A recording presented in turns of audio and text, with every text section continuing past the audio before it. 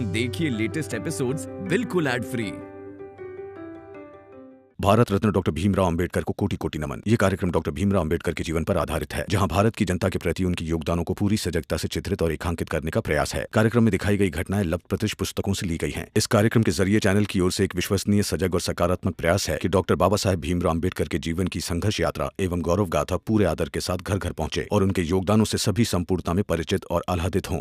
भीम, तुम्हारे समझाने से क्या फर्क पड़ेगा? ये तो बस अपने सिवा किसी की नहीं सुनते। सब स्वार्थी है, क्षणिक स्वार्थी। और व्यक्ति के लिए सबसे खतरनाक होता है क्षणिक स्वार्थी होना। जोखू, बात तो ये सच है कि तुम ठीक से काम नहीं करते हो। मालिक ने सही तो कहा है, तुम हो कामचोर। सही बात है मालिक, ये जनार्दन बिल्कुल सही कह रहा है।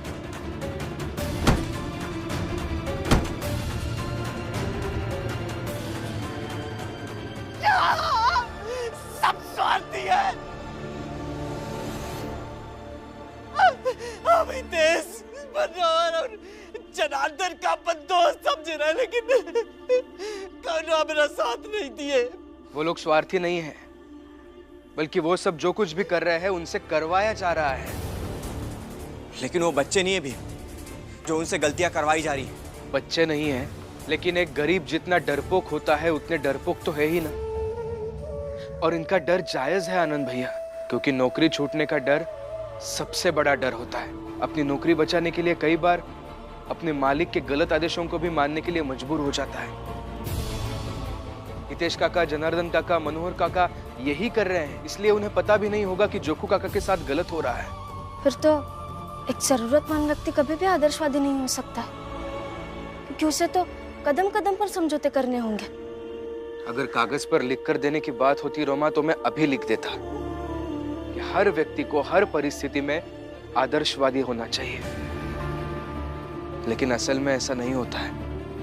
अगर हम आदर्श समाज की बात कर रहे हैं तो सबसे पहले हर जरूरतमंद को जरूरत की सारी चीजें देनी पड़ेंगी,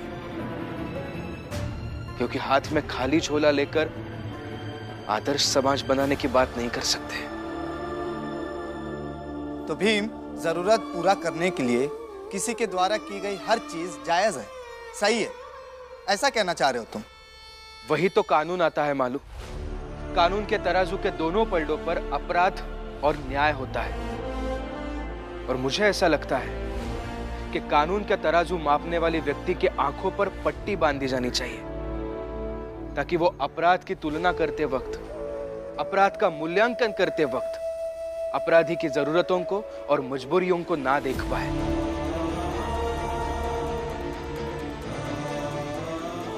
ये तो एक बात हो गई, लेकिन एक दूसरी बात ऐसी भी है कि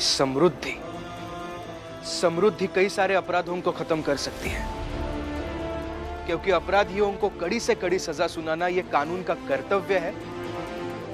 लेकिन अपराध पैदा ही ना हो ऐसा समाज बनाना यह हम सबकी जिम्मेदारी है। और इसीलिए जोखू काका, हितेश काका, मनोहर काका और जनार्दन काका इतने भी गलत नहीं है जितना आप उन्हें समझ रहे हैं।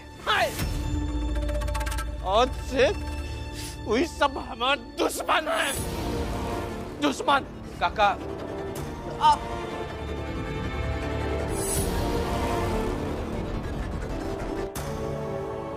फिलवा लेती हूँ किसी और से। शायद ना मैं गलत जगह पे ही आ गई हूँ, जहाँ पे दो दो औरतें रहती है बिना पति के।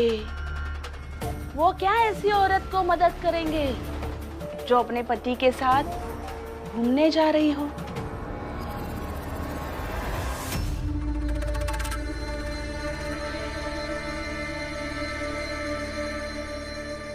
शोभा, ये सिल कर दे, ताकि जीजाबाई को हमेशा याद रहे कि जब मैं उसे बहू बनाकर घर ले आई थी तब भी मैं बिना पति के ही थी। सुना है दरिया किनारे शाम को बहुत ठंडी ठंडी हवा चलती है। अपना दिमाग भी ठंडा करके आना, ताकि आगे के तेरे जीवन में तुझे काम आए।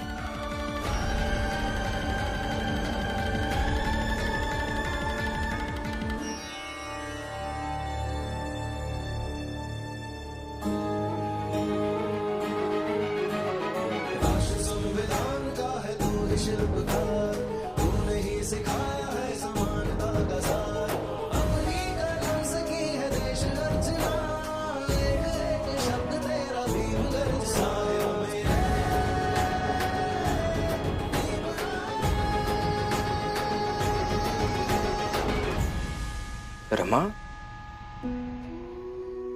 ऐसे क्यों देख रही हो?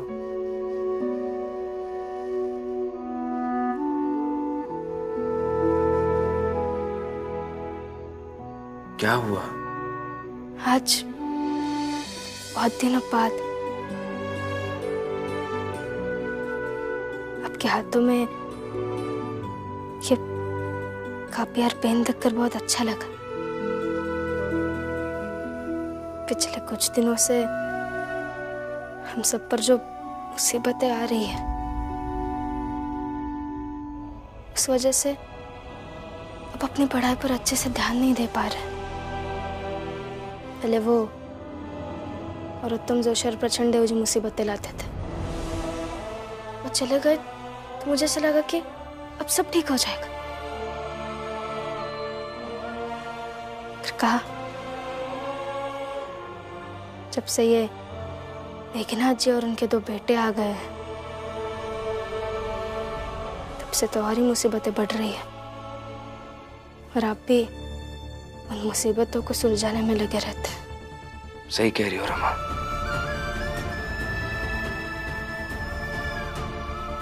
मगर सच कहूं तो शिक्षा सिर्फ किताबों से नहीं मिलती। ये जो रोजमर्रा की जिंदगी है, इससे भी बहुत कुछ सीखने को मिलता है। ये जो किताबें हैं, जो मेरी पढ़ाई की किताबें हैं और कुछ न्याय की किताबें हैं, कानून की किताबें हैं, इनसे मुझे ज्ञान तो मिलेगा, आगे जाकर डिग्री भी मिलेगी। लेकिन तुम जानती हो ना रमा, ये सब मैं सिर्फ डिग्री पाने के लिए नहीं कर रहा हूं। मुझे इंसाफ दिलाना है अपने लोगों को। जो लोग हारे हुए हैं, जिन्होंने जीवन जीने की उम्मीद तक छोड़ दी है, ऐसे लोगों के लिए कुछ करना है मुझे। अब देखो ना, मालू और जोखू काका की जो हालत हुई है, वो सिर्फ और सिर्फ शराब की वजह से नहीं हुई है। शिक्षा का अभाव, ये भी एक बहुत बड़ा कारण है उसके लिए। बचपन से इन लोगों को ना सही से शिक्षा मिली और ना ही इस समाज में मान सम्मान मिला, और इसी का फायदा ये नरोत्तम जोशी, प्रचंड देव, ये मेघनाथ और उनके बेटों जैसे लोग उठाते हैं। इसी का फायदा उठाकर जोखू काका और मालू जैसे लोगों पर हावी हो जाते हैं। ये सब कब बदलेगा पता नहीं।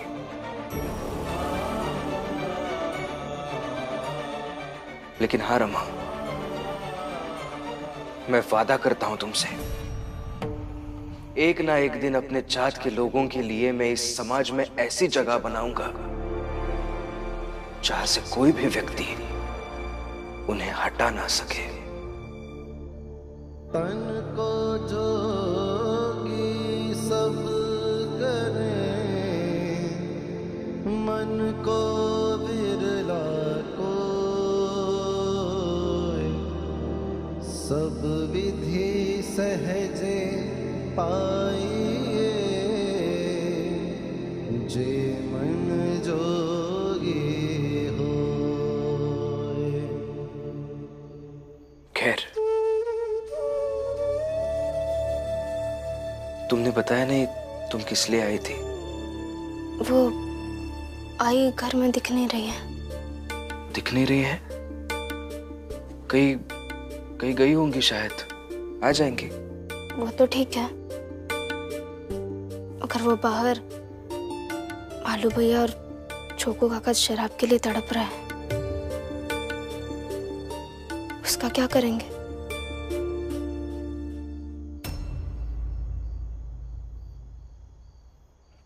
पुक्कल वाली दवा है? हाँ होगी।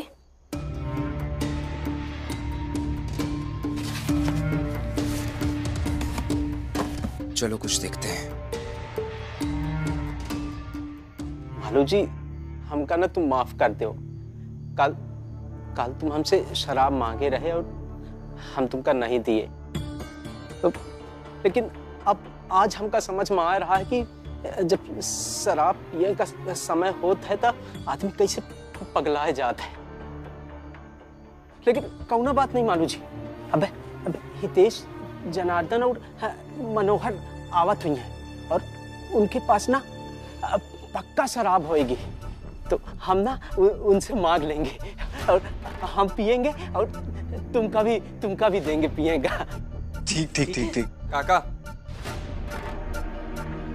दिन में तो कह रहे थे कि वो लोग स्वार्थी लोग हैं, दुश्मनी है उनसे आपकी, और अभी आप उनसे ही शराब मांगेंगे। अरे तो गुस्सा में बोल दिए तो का हुई गवा है? चाहे जौन होए है तो वे लोग हमारे दोस्त ना है, तो उनसे मांगे में कौन बुराई? हाँ हाँ हाँ, मांगना मांगना। अरे दुश्मनी अपनी जगह है, शराब अपनी जगह। हाँ और हाँ? का? हाँ, और जिंदा रहेंगे तब तो दुश्मन बनेंगे। बिल्कुल सही बोले। देखो रमा, नशे का सबसे बड़ा नुकसान यही है कि व्यक्ति सही और गलत के बीच का फर्क भूल जाता है। उसके लिए नशा इतना जरूरी हो जाता है कि नशे के लिए वो कुछ भी करने के लिए तैयार हो जाता है। अगर पीढ़ी सुधारनी हो तो पीढ़ी को नशे से दूर रखना होगा, क्योंकि नशे की लत से अच्छाई का धीरे धीरे बुराई में परिवर्तन होना स्वाभाविक है। लेकिन अभी तक कोई तीनों आए काहे नहीं?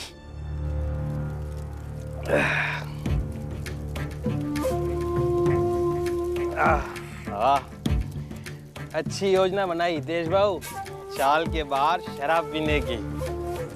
वरना चाल में पीते तो जोकू भी शराब मांगता, और जोकू को हम क्यों शराब दें? मेहनत हम करेंगे तो थकान भी हम ही मिटाएंगे। क्यों? बिल्कुल सही कहा हितेश बाबू। दवा दी जा सकती है लेकिन शराब नहीं। बिल्कुल सही बोले जनार्दन। मालू, जोकू काका, आप दोनों ये दवा पी लीजिए। तुम फिर ले आए दवा? P low. काका लीजिए आप भी। नहीं नहीं, लेके जाओ, हमका नहीं पिएगा दवा। लेकिन एक बार पीजिए तो सही। अरे हमका नहीं पिएगा, ना पी पाए। एक बार हम ना पी पाए, हम ना पी पाए। जोखू, जोखू कहाँ भाग रहे हो? रुको, जोखू। रुको भी, मैं लेके आता हूँ जोखू को।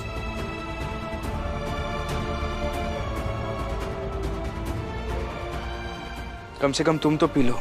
लो दवा पी लो, इससे अच्छी नींद आएगी, फिर सो जाओ। तुम हर रोज मुझे ऐसे सुलाते रहोगे तो इससे मेरी लत कभी खत्म नहीं होगी। हर रोज नहीं पिलाऊंगा, ये बस तब तक पिलाऊंगा जब तक तुम खुद नहीं कहते कि तुम्हें शराब छोड़नी है। एक बार तुमने खुद कह दिया कि शराब छोड़नी है तो उस दिन से तुम्हारी चिकित्सा शुरू हो जाएगी। लो। आप पी लीजिए ना। और आपको ऐसे बंधा हुआ देखकर हमें भी अच्छा नहीं लगता। हम भी चाहते हैं कि आपके हाथ खुले हुए हैं, आप हमारे साथ ऐसे ही रहे जैसे पहले रहते होंगे। और अब तो आपको आप दोनों की दोस्ती का मोल भी है, तो पी लीजिए ना दवा। मालो जी, पी लो दवाई। हाँ मालू जी भाऊ, पी लीजिए दवाई। लो मालो।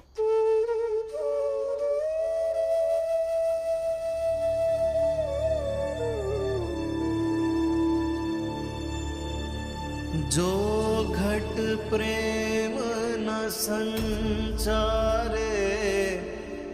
जो घट जान समा, जैसे खाल लोहार की सांस लेत बिनु प्राण। यहाँ बैठकर शराब पियेंगे। अरे हितेश, जनार्दन, मनोहर, अरे तुम लोग यहाँ बैठ के पी रहे हो, हम चाल मत आके रहे तुम लोगन का।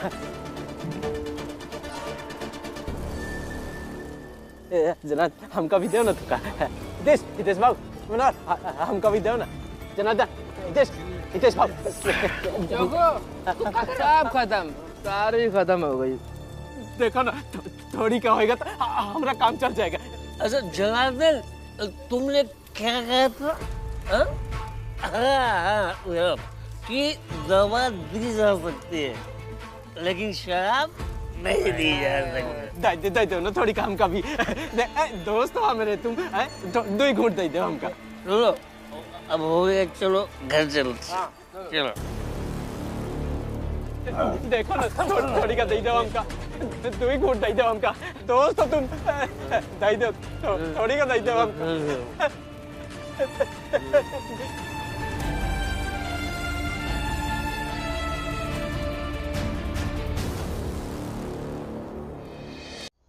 बाबा, आप कहाँ गए थे और आई कहाँ है?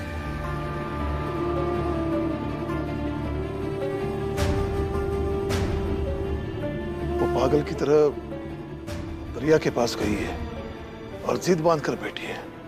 जब तक मैं उसे लेने नहीं आऊंगा तब तक वो नहीं आएगी।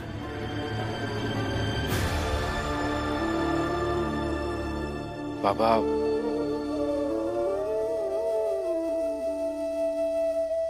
आप दोनों पति पत्नी के बीच मेरा बोलना सही नहीं होगा। फिर भी मुझे ऐसा लगता है कि आपको फिर एक बार सोचना चाहिए और जीजाबाई जी को वहां से घर लेकर आना चाहिए। अगर आज मैं गया तो उसकी हर बात मुझे माननी पड़ेगी। देखिए बाबा, आप समझने की कोशिश कीजिए ना। अभी कुछ देर पहले मैं जोखू काका को दवाई पिला रहा था। उन्होंने दवाई तो पी नहीं, लेकिन यहाँ से भाग भी गए। तो परेशान होकर फुलिया काकी भी उनके पीछे भाग गए। अपने पति के भाग जाने की वजह से फुलिया काकी, जो एक पत्नी है, इतनी परेशान हो गई। वैसे आप यहाँ हैं तो वहाँ आपकी पत्नी अकेली परेशान हो रही होगी। कम से कम इस बात के बारे में तो सोचिए और उन्हें जाकर घर ले आइए।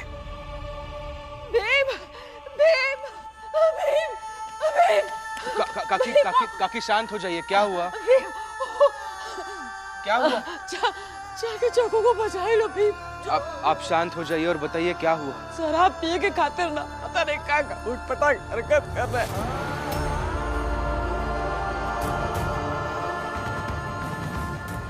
चलो, चलो, घर चलो, चोकू घर चलो।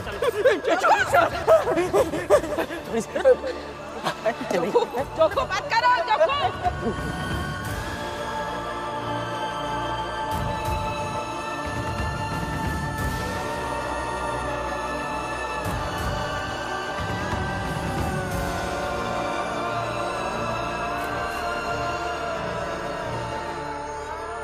देख भाई, कल मेला ले जाना था, नहीं ले जा पाया, तो कल रात से ही रूठ के बैठी है। अब तू एक काम कर, तू जमीन पे लौट कर थोड़ा करतब दिखाकर नट का काम कर दे। बीवी खुश हो जाएगी और तू थोड़े पैसे भी कमा लेगा। माफ करो साहब, हमका ऐसा पैसा नहीं चाहिए। जेकेला ने हमका जमीन पे लौटने का पड़ा है और बाकी के सब लोग हमारा मजाक उड़ावे। ठीक है, आज से तुझे कपड़ा देना बंद। मालिक, कपड़ा तो दे दो ना स्त्री के लिए। फुलिया, ध्यान दे, इनसे कपड़ा न ले। हमका इनके सामने जमीन में लौट के यहाँ अपन इज्जत यह मिट्टी में मिला के नहीं जाएगा। वो दिन तो जोकू वो आदमी के सामने झुके से मना कर दिए रहे, लेकिन आज शराब पिए के खातिर ना, पता नहीं क्या उठपटांग हरकत कर रहे। अवगुण कहूँ शराब का, आपा अहमक साथ, मानुष से पशुआ करे दा